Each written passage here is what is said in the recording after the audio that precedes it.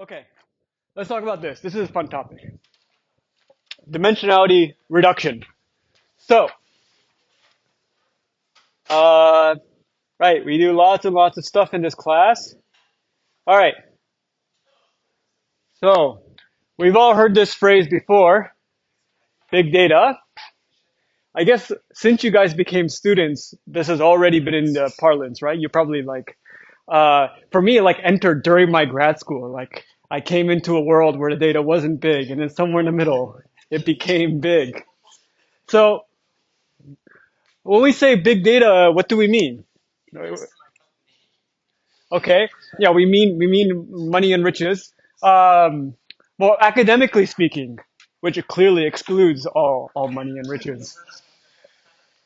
What's big about it? In what sense do we say big data? Yeah, a lot. Okay, that's a synonym, but uh, well, okay. I'll say okay. Maybe the first basic thing is like there's lots of things. There's many pieces of data, right? That's I think probably a more common way to think of big data, like those streaming problems, like heavy hitters and stuff, right? The issue we're dealing with was the sheer quantity of different things coming in and not being able to hold on to it. And today we'll explore a different aspect of big data, which is when the individual pieces are really big as well, right? So this is happening a lot. We used to do like very small statistical models with linear regression and with like three coefficients or something, right?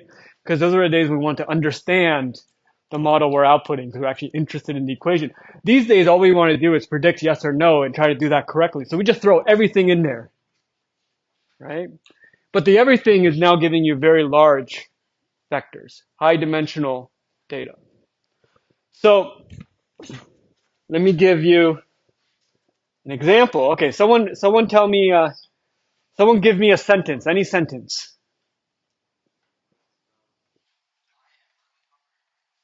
I am really hungry right now. This is the only class right next to a cafe. Like it's just the other side of this wall. I am really hungry right now. This is actually better than years past. Usually there's someone sarcastically says, tell me a sentence. Okay. So if you wanted to do, some algorithms over this, what do you often do in something like data mining or NLP is you create a huge vector that has one slot for every word in the English dictionary, right? From I don't know what the first word is, and I don't know what the last word is, right? But you have one slot for every possible word, and then you just fill out like, okay, the word I, that gets a one, and am, oh, that's actually before Apple. Okay, am, that gets a one, and then really, that's a one, right?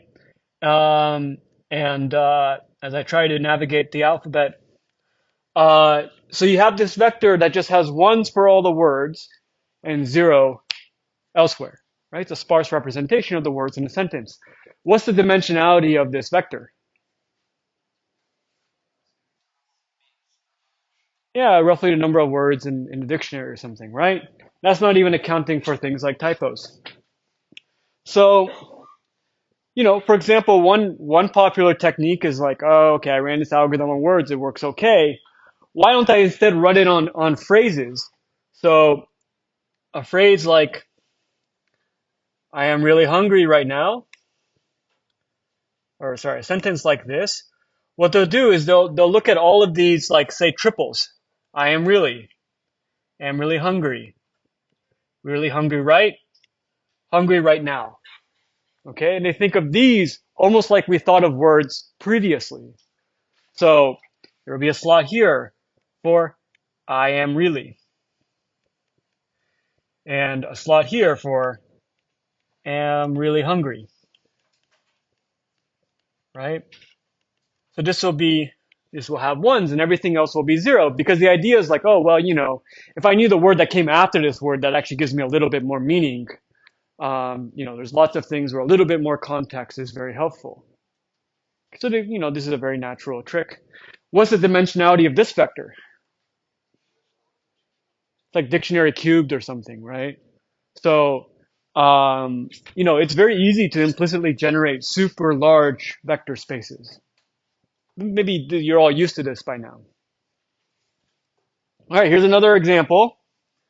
Uh, large networks, generate these large adjacency matrices, right? So, uh, on the World Wide Web, what might be like the rows and columns? What's the dimensionality of an adjacency of the? Sorry. Yeah, number of websites.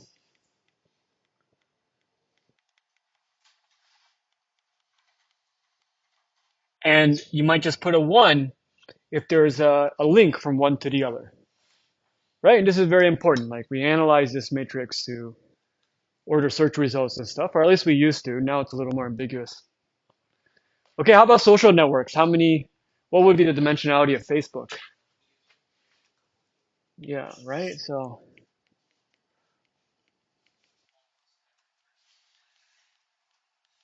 you also have these huge social networks, right? Way more than the number of people on planet Earth. Okay. Now, um, okay, okay, that's the world of big data. So we have these large vectors. A row of that matrix is also a large vector. So what do these algorithms, what do the quantitative algorithms, I do clustering, I do regression, I do this or I do that, what does it really need from those vectors?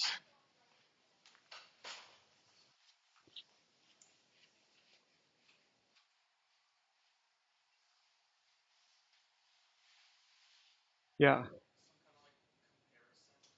It often does comparisons, right? Like what's one way to compare vectors or do some, I take two vectors, I do something, I output something like inner products. So inner products,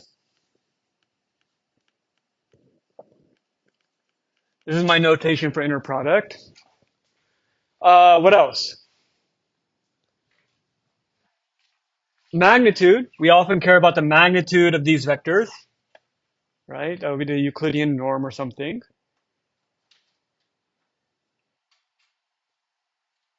If you wanted to know if two things were similar and they had, vector representations, what would you do?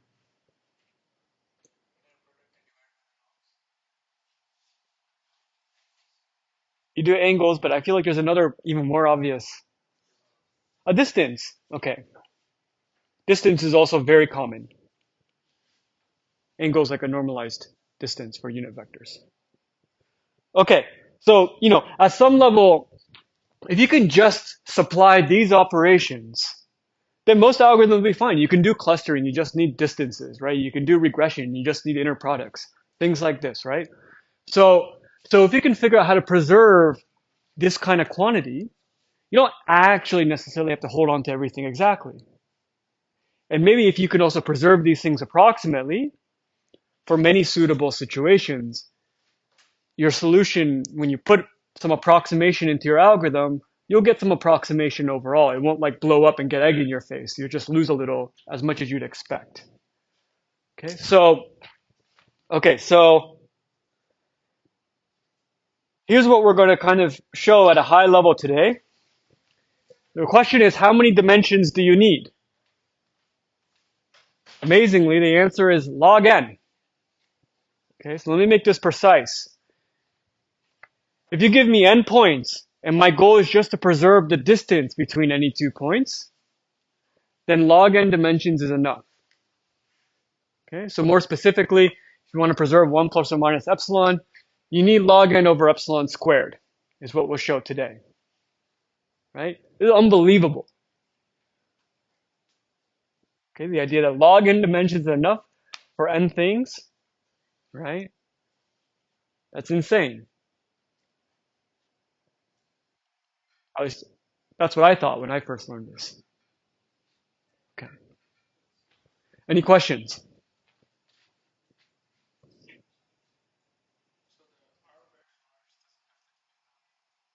Yeah, so n is just a number of points.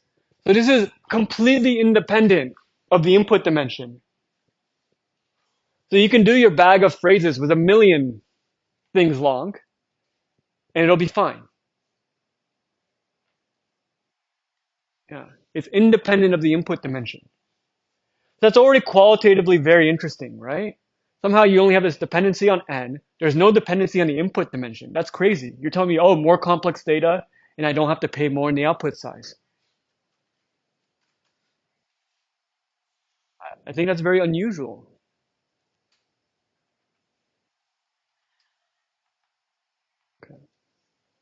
Although for what it's worth, the dimension is always implicitly at most n. Why? The endpoints they generate some vector subspace of the bigger world out there, and that's only n dimensions. So you might not have the representation, and doing Graham-Schmidt would be a pain. You never want to do that, but it is technically living in n-dimensional space.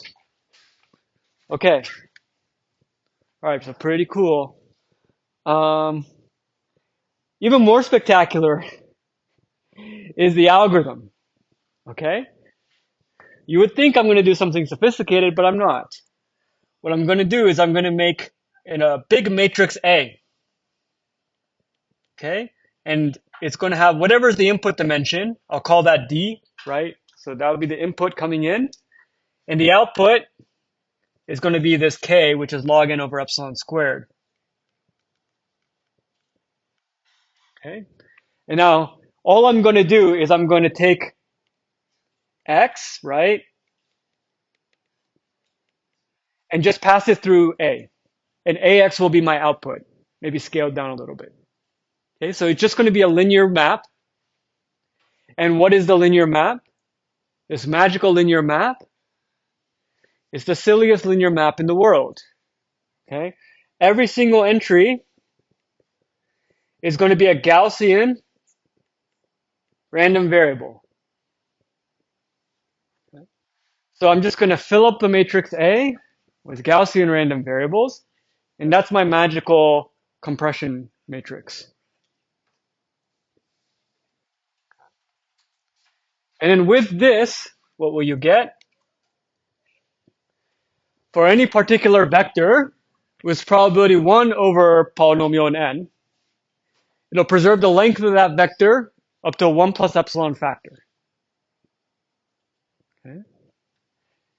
And not only that, not only will it preserve each vector, but for any pair of vectors, x and y, I'll preserve the distance. This is really ax, ay, will be within a 1 plus or minus epsilon factor of the original distance. So that's the precise thing we'll prove. Okay. Actually, this second point follows from the first. Why?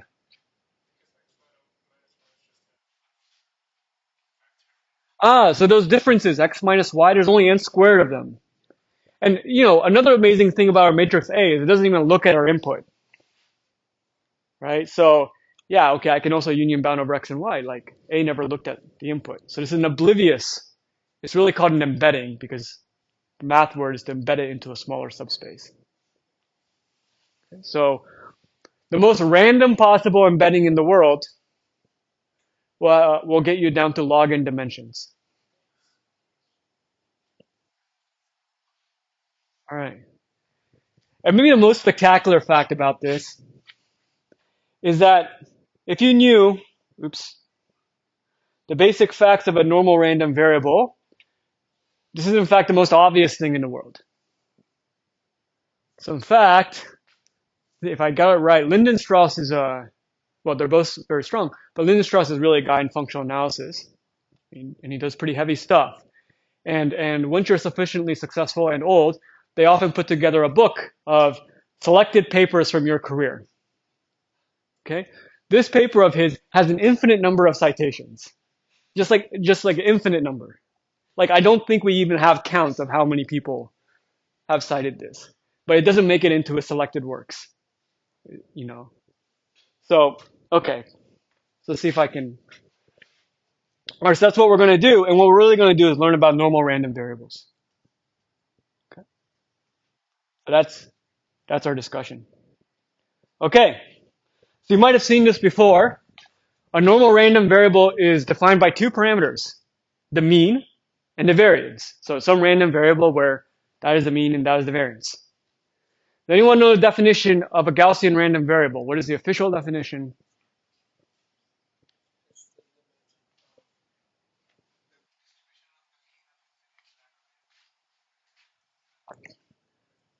The distribution of the mean of, okay, we can give maybe,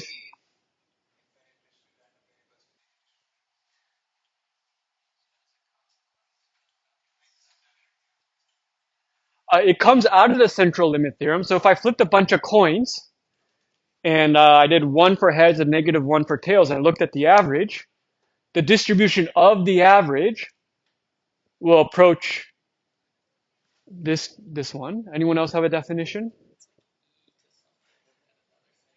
Something like e to the negative x squared over it's like something like a density function.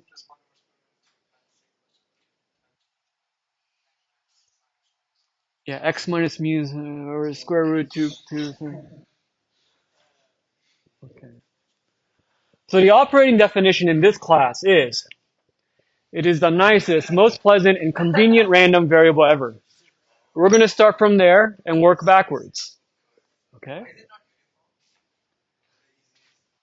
Oh, we can come back to that point. You can tell me if by the end of this you prefer the uniform.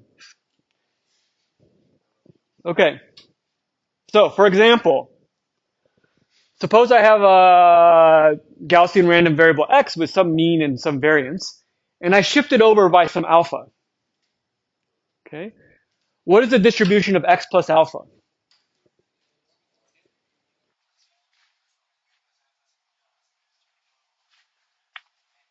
Okay, so it just shifts over. Okay. Um, what if I scaled up? So instead of doing x plus alpha, I did alpha times x, where maybe alpha should be positive. It doesn't have to be positive, actually. Oh, this should be alpha mu, shouldn't it? Okay. So the average will scale up by alpha like you'd expect, and the variance goes up by a factor of alpha squared. Actually, that's always true when you... Okay. Here's maybe something more interesting. Suppose I take two Gaussian random variables and I add them together. So one had mean mu1, the other one had mean mu2, sigma 1 squared, sigma 2 squared. What do you get? Yeah, they're independent. Okay, this is wonderful. If you add up two Gaussians, you get a Gaussian, right? That's super nice. Yeah, because normally analyzing things is like a pain when they start combining. This is actually easier to add things once they're summed up. You know exactly their distribution. Right, so this is very nice. Uh, well, this is a bit more eccentric. It'll be useful for technical reasons. Okay. But it is not uncommon if I had proven Chernoff, which I need to get back to at some point. This kind of expression would be more common. Okay. But this is called a generating function. So I'm looking at the expected value of e to the tx squared for some value t. Probably nobody knows this, right? Okay, so you might expect it to be messy or something. It looks like it could be messy, but it actually has a very clean thing. So we'll use this, and then if we have time at the end, we can prove this. But at the very least, we'll use it and see why it's nice. Okay. All right. So besides kind of having one random Gaussian, right? Uh, you can have k Gaussians, or you can think of a vector of k things. Each of these are a Gaussian from the same distribution. So when we say x is from this Gaussian to the k, that means you have kind of a product of k, a tuple of k. And one thing very nice is that if you look at the expected value of x squared when, right? So if you look at this, right, this is summing up over all I, the expected value of xi squared right? I guess here we need mu to be 0. Then each of these is going to be one variance term. Sorry, it shouldn't be like this. It should be like this. Okay, and out comes k, which mean 0. Yeah, I should have said mean 0. Okay, so that's really all setting up to this claim. So we're looking not just at Gaussians, but at Gaussian vectors. Okay, and so the question is, if I gave you a Gaussian vector, what does the length look like? Is it very different? Is it very concentrated? This lemma says that indeed it's pretty concentrated. Okay, so let's say in the first one, alpha is, I don't know, 1/2. It could be 0.99, it could be 0.8 or something. Okay, it says, okay, what are the odds that the length squared of my Gaussian vector is less than 1/2 of its expectation? Okay. And here we're getting 1/2 e to the 1/2, so that's some constant smaller than 1, to the k over 2. Okay, so it goes down exponentially fast in k. That's the real point. Okay, and same was down here. When alpha is bigger than 1, this term will be bigger than 1. So what are the odds that x is, I don't know, 1.1 times its average? It's going to go down exponentially in k. Okay, so it turns out that Gaussian vectors, these high-dimensional objects where everything is random, which might seem chaotic, the direction may be crazy, but they're almost always the same length. So the length is extremely well concentrated. Okay, so those are the two qualitative points. Okay, well, I guess I set this up so we can prove it, and we have time. So, yeah, okay. Okay, so we have time, so we could, one sec. I'm just wondering if I should come back to this at the end. Yeah, okay, I'm going to come back to this. I want to stick on to this point where, okay, so I know that the length is very well concentrated. So we'll come back later. If I start plugging in 1 plus epsilon and 1 minus epsilon for alpha, then I start getting something that looks a lot like our Chernoff bounds. Okay, so remember the Chernoff bound said, oh, what happens when you sum up a bunch of zeros and ones compared to the average? So this is sort of similar. The odds of being, 1 minus epsilon times the average will be exponentially small in the dimension. It'll be like e to the negative epsilon squared k for k-dimensional things. Okay, and likewise for 1 plus epsilon, it'll be e to the negative epsilon squared.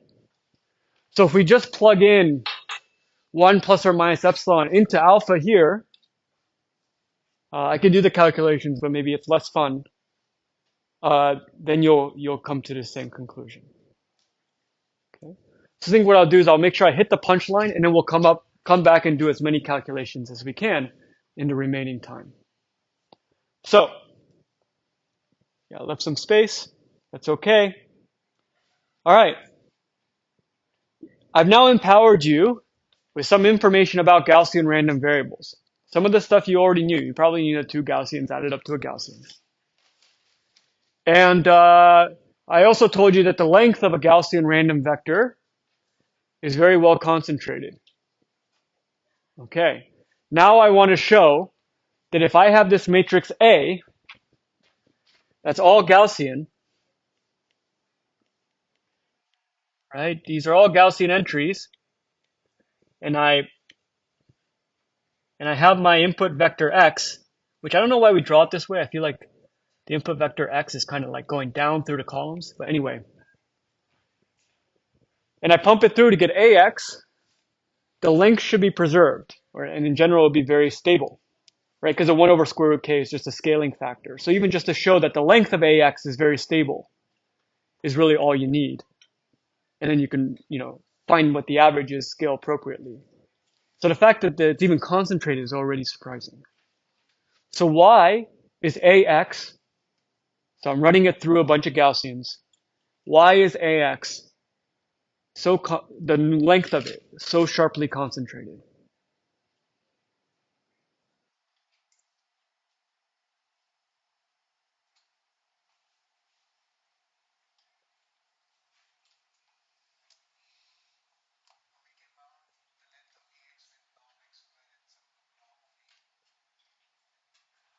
It is true. So I think this is what you're suggesting. So there is something like a triangle inequality, or it's really Cauchy-Schwarz, something like this.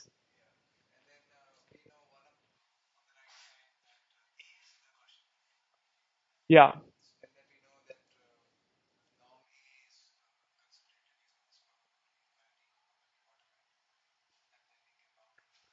So this will give you an upper bound. It is true that the operator norm of A is going to be very stable.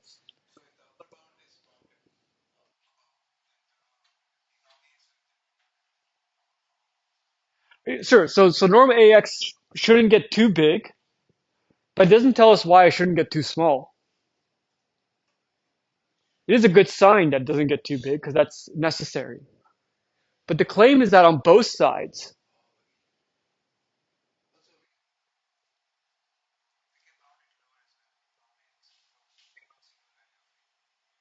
but you don't have something like Cauchy-Schwarz. Is that less than equal AX part? A is stable, but you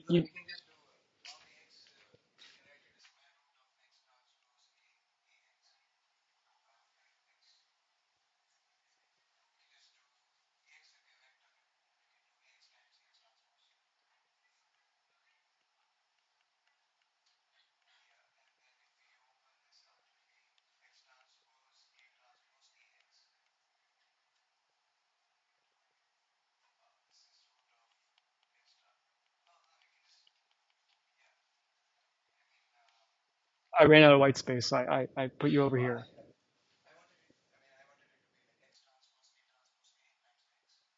That's what this is.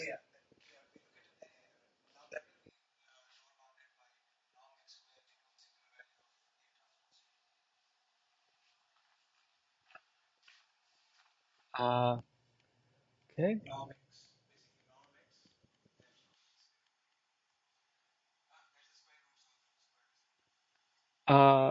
Yeah. Okay. Interesting.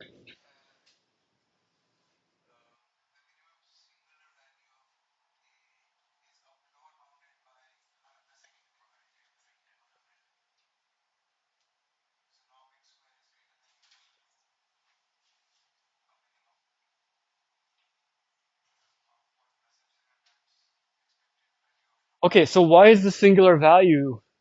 Why are the singular values of a Gaussian matrix so well behaved?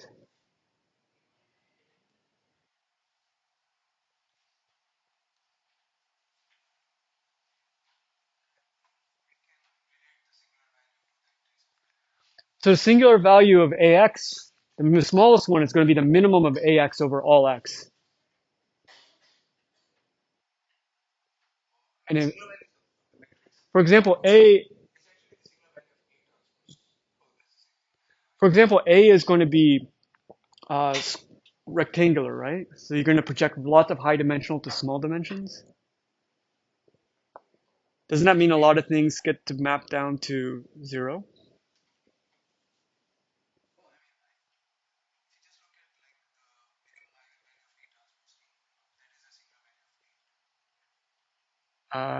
Yeah, okay, that's fine.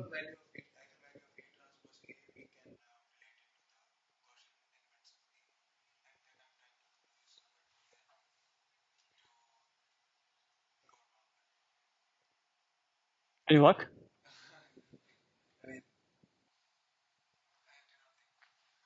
You can't, but it's sophisticated. Yeah.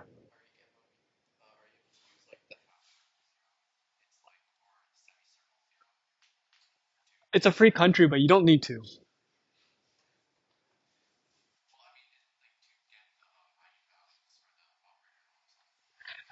Move away from the operator norm. You don't. This is unnecessary. Yeah.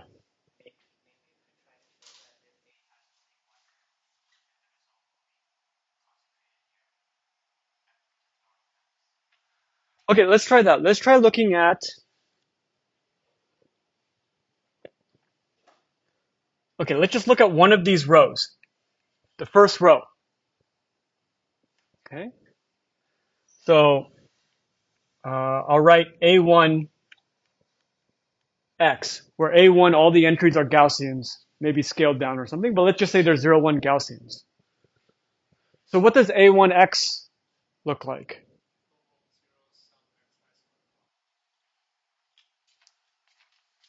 So A1X is a Gaussian. And what's the variance? Sum of xi squared, also known as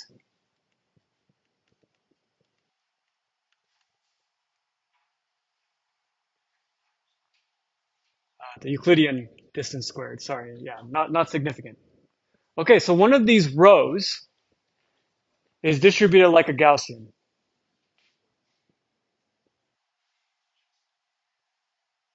It's a big hint. So now what?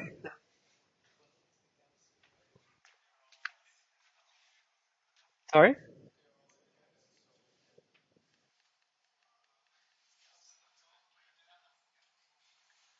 All right, so each of these rows is distributed as a Gaussian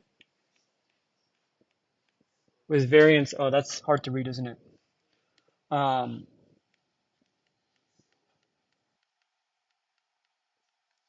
with variance equal to that length squared. Okay?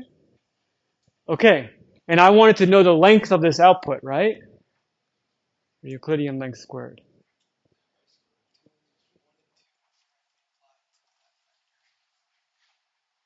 Oh, yeah, they are numbered, aren't they? Uh, so, so AX is distributed like a k-dimensional vector with each entry has variance x squared. So it's going to be strongly concentrated at the expected length. Okay, that's actually why we also have the 1 over square root k is just to scale down because each row is contributing. So that's the whole proof. Uh, it's simply that 1 over k ax squared is distributed like a k-dimensional I guess it's divided by k or something. Okay. And now if I just apply what we previously said about high dimensional Gaussian vectors, it's just this concentration bound. Okay, so this magical compression matrix that'll take your any dimensional input and now turn it into log n dimensions is actually just a basic property of high dimensional Gaussian vectors. If you're like Lindenstrauss and you did this all day for a living, it's actually not that deep of an observation. Okay? But it's very simple. It's very cool. I should mention that in practice, I mean, if you, instead of doing Gaussian random variables, you did like -1 or 1, you end up getting a very similar property. It's just messier to do the calculations. You can also generate the entries with hash functions. That's also okay.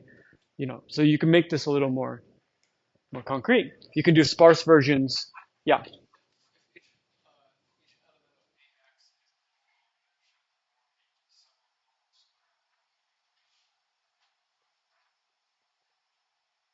Sorry.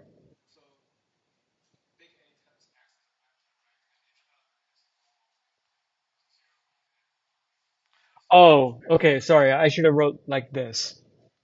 I should have wrote, I think, AX scaled down. The vector itself is distributed as a high dimension, so then the length is constant. Good point. Yeah. Okay, so so everything is just a function of these analytical properties of the Gaussian, which we can go back and now fill in. Hopefully it's a little more motivating. Um, so, okay. So maybe here's what I will say.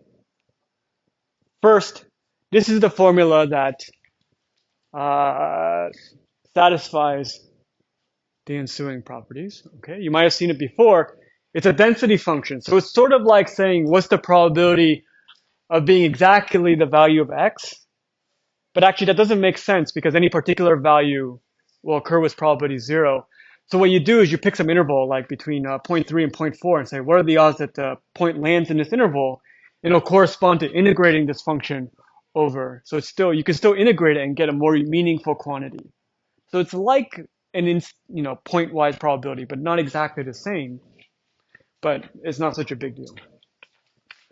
All right, part of the secret sauce of Gaussians, I won't prove this, is you have these very nice properties, right? It integrates to 1, and you get the mean, and then you get the variance, right?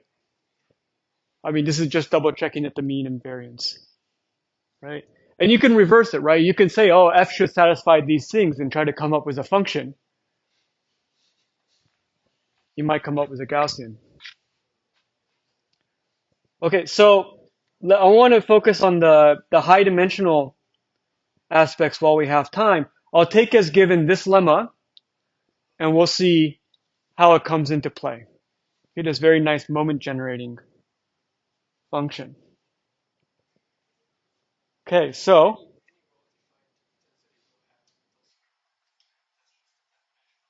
yeah, if the mean and the variance will come out. So I think if you actually wanted, uh, those aren't the boundary conditions that imply a Gaussian. Yeah. Okay. Um, Maybe omitted was sort of how relatively cleanly you can do some of these calculations. Also to do the variance. One of these is like the only time I've ever used the polar coordinate trick. Okay. Integrating by parts and stuff. Okay. Um, okay, let's look at this one, right? So I'm going to take it for granted this nice thing about the moments, and I want to argue that the length of a high dimensional Gaussian vector is sharply concentrated. Okay. So we have actually done a proof like this because I hadn't done the turn-off bound together. So this first step maybe you haven't seen before, but I could still ask. How would you start trying to prove this?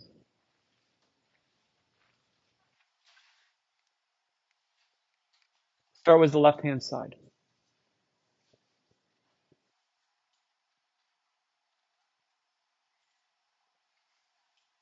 Yeah. So what we're going to do indeed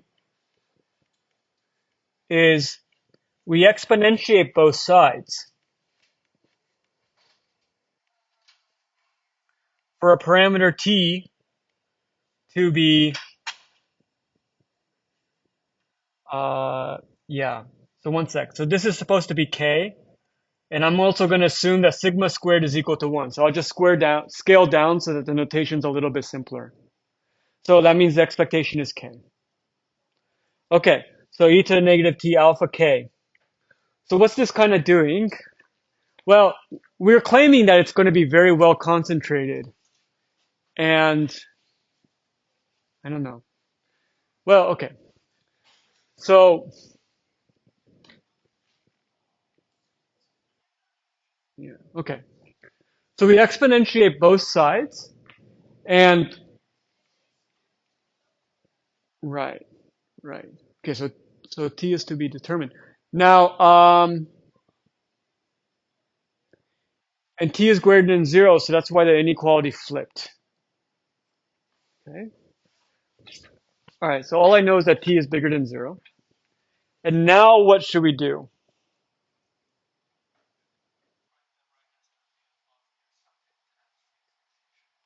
Yeah, so how do I get that? Okay, so the target is to, well, the target is to use this thing because I keep mentioning it. So how do I pull that out?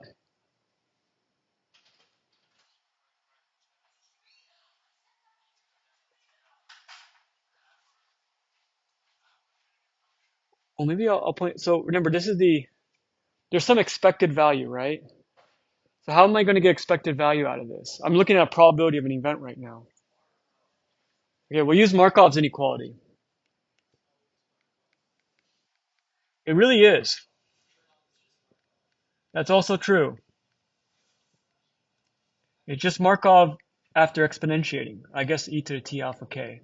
I could have written underneath, but there's a negative sign, so that cancels out. Okay. Okay, and now what? Oh, okay, so you might want to expand, right? E to the x is equal to 1 plus x squared x cubed. I've actually kind of done that implicitly for you in here. And it actually comes out somewhat cleanly for a Gaussian. So we can apply that.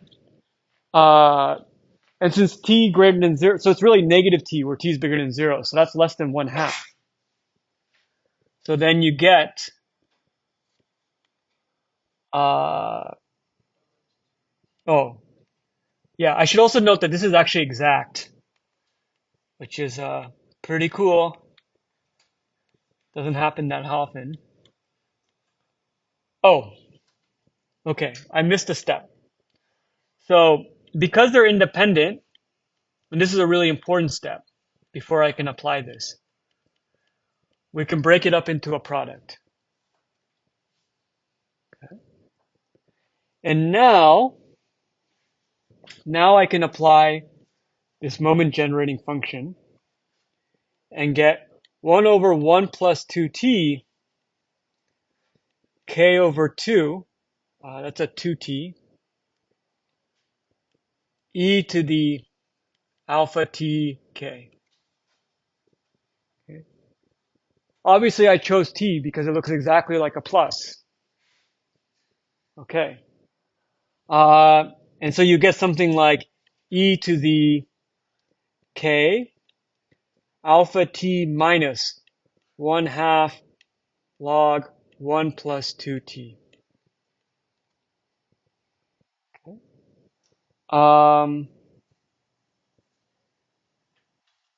Right, right. Okay, is that correct? I think that's okay. Okay, so I worked this out. If you want to minimize this, and you set the derivative of the exponent, you just do some calculus, you set it to be 0, then you get that t should be 1 minus alpha over 2 alpha, okay, which is greater than 0 because alpha was less than 1. And that apparently will get you alpha e to the 1 minus alpha to the k over 2. Oh, okay, yeah, okay. That'll be fine. Okay, because the log drops down and everything else is okay. Okay, good. So,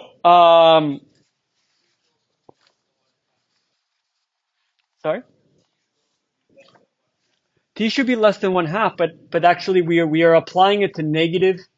This t is actually being applied to negative t over here, was t was greater than 0. So -1 is less than 1/2 or whatever. Yeah. Okay. Was that a very enlightening calculation? I'm not sure, to be honest. Uh, I'll mention that if you want to do the opposite direction, the first steps are the same. Okay. You'll first say, oh, what's the probability that e to the t x squared is at least e to the t alpha expected value of x squared. So how do I interpret? Well, maybe, let me try something. Okay, let's look at this. Let me try to interpret this proof a little bit, or at least ask, why are we exponentiating? Okay, so I can put this all on the same side and say, okay, what's the norm of x squared minus alpha expected value of x squared? Okay, so this I've just brought things to the other side. And now look at it. So in this I'm analyzing, oh, what are the odds that the length is at least 2 times, for example, if alpha was 2 times its expected length squared. right? And so when I exponentiate, right, and so this is going to look like Markov's inequality says this is at most the expected value of e to the t x squared minus alpha e x squared or something. Okay, so what's kind of interesting is, so in hindsight, the claim is that you shouldn't deviate that much, right? And this term is going to blow up only when x squared is bigger than alpha ex squared, right? Whenever x is smaller than alpha, this term is actually very small.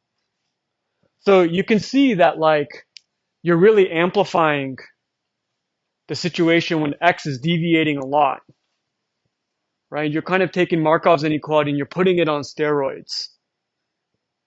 And the other thing that's very nice is that this sort of breaks down into this product of the individual things being very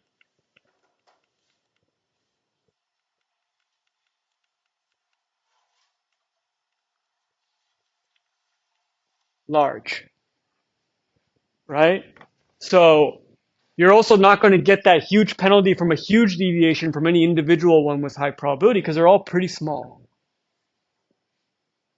Okay, so those are some of the elements sort of going at play in the intuition of this proof. If you look more carefully at the calculations in the notes, you'll see all those nice properties, analytical properties of a Gaussian coming up and making life very, very easy. Like the fact that I can get that moment to be equal and not less than equal or greater than equal to something sloppy.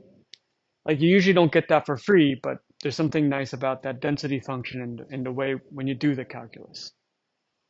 Okay, so I'll leave it there. If I had more time, we would just be doing more Gaussian calculations, but I don't really know if you want that. So do take a look at the notes instead so you have some appreciation for the analysis behind it, and then maybe I can focus on an algorithm next time and the intuition, which is more fun to do collectively. All right, thank you.